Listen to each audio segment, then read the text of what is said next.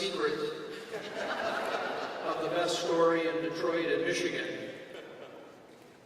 But I am delighted that you're all here to share this wonderful and continuing good news as we work together to revitalize our great city and expeditiously move through the bankruptcy process, to provide significant financial support for our Detroit pensioners, and to secure the future of the DIA for ours and future generations, all part of our grand bargain. I'd now like to ask Reed Bigland, Head of U.S. Sales, Chrysler Group, LLC, Chairman, President, and Chief Executive Officer, Chrysler Canada, Inc., and President and Chief Executive Officer, Ram Truck Brand, Chrysler Group, LLC, to say a few words. Reed? It's my pleasure this morning to announce a contribution on behalf of Fiat Chrysler Automobiles in the amount of $6 million.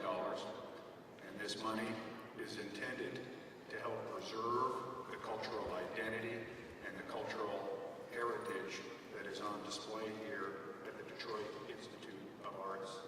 It is also intended to help preserve the pensions of many of the hardworking men and women that have served the city of Detroit for many years. And most importantly, this contribution is intended to help get the Motor City back on its feet again. Thank you, Reed. I'd like to introduce you now to Joe Henrich, Executive Vice President and President of the Americas for Ford Motor Company. Through our Ford Volunteer Corps, our employees work side by side with our partners to serve our communities. And it is in that spirit why we're here today. The DIA and the people of Detroit need our help. And we are here, as we've always been, to do our part. That's why, on behalf of Bill Ford and the Ford Motor Company, we are committing $10 million from the Ford Motor Company Fund toward the DIA and Detroit's recovery. Please help me welcome Mark Royce, Executive Vice President, Global Product Development, Purchasing and Supply Chain, and Vice Chairman of the GM Foundation. Mark.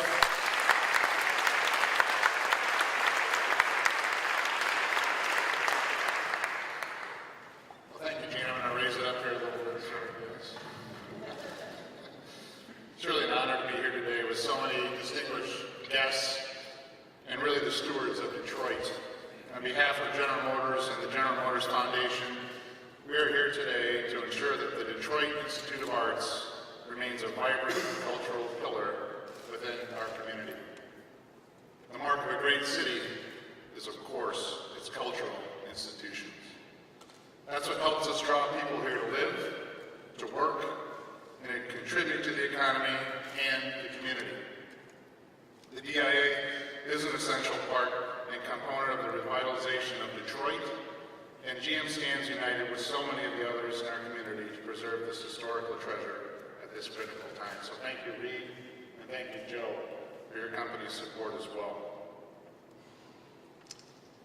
Over the 17 years that we've supported the DIA, General Motors and the GM Foundation have granted nearly $8 million to the Detroit Institute of Arts. And today, we give another $10 million. $5 million from the foundation and $5 million from our corporate activities. So, Judge, would you come here and say a few words for our guests?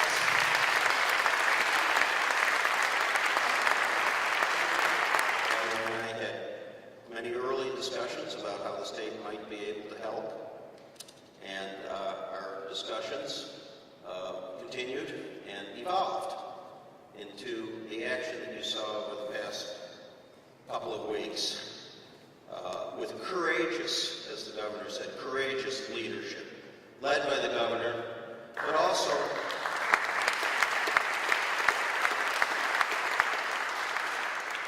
I'm not a politician, but I, through all of this, couldn't help but notice that I was asking the state's leaders to do this in an election year. Not an easy task. And I also want to thank our legislative leadership, both Republicans and Democrats, Democrats. In the House, Speaker Jace Bolger, Minority Leader Tim Grinnell.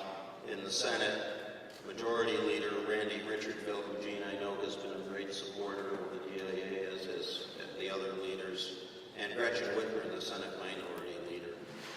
I was up there, as I think some of you know, last week when the legislation was passed, and it was just remarkable to see Republicans and Democrats working together on the floor of the Senate, talking to each other, the Republican leadership talking to the Democratic members of the Senate, Democratic leadership talking to Republican members of the Senate.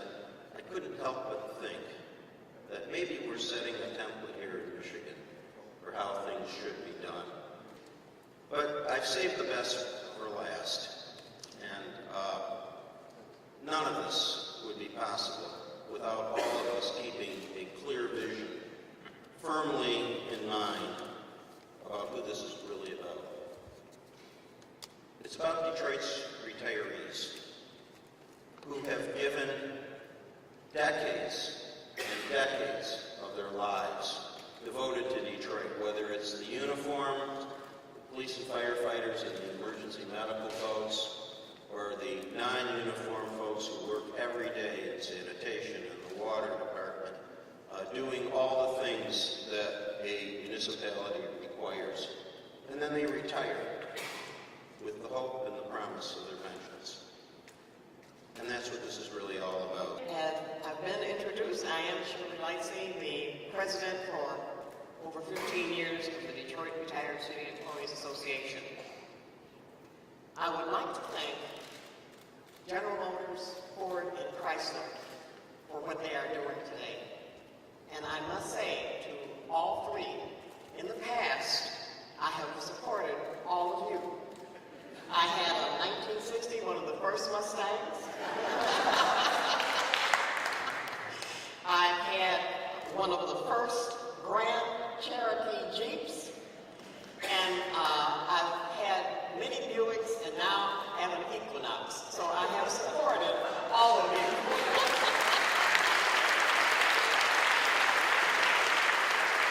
I would also like to thank all of the foundations and really thank those who are on the way, because I thought about this yesterday and said, the ball has started to roll.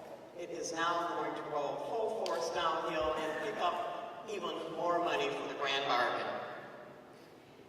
It has been known that the retirees are not happy with what's going on, but DRCEA is attempting to notify and educate those who don't understand so that they will be able to give us a yes vote.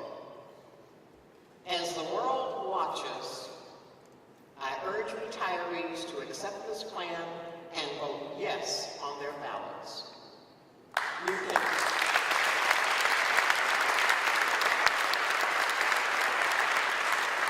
cannot eat principle, and uncertainty does not pay the bills. Vote yes. Vote yes. I would once again say thank you to all who are contributing to the grand bargain, and I know that there's even more money coming, so thank you.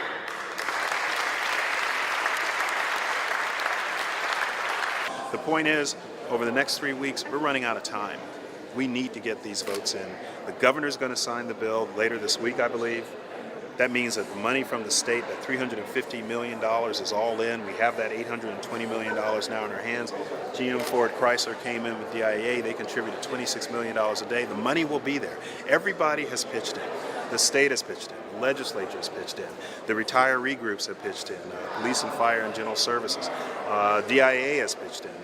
The civic citizens here have pitched in. It's now time for the beneficiaries of that work, the retirees and active duties, and I recognize this is a sacrifice, for them to pitch in. Together we can do this. Outside, all we're doing is making ourselves vulnerable to detractors, and that's not fair.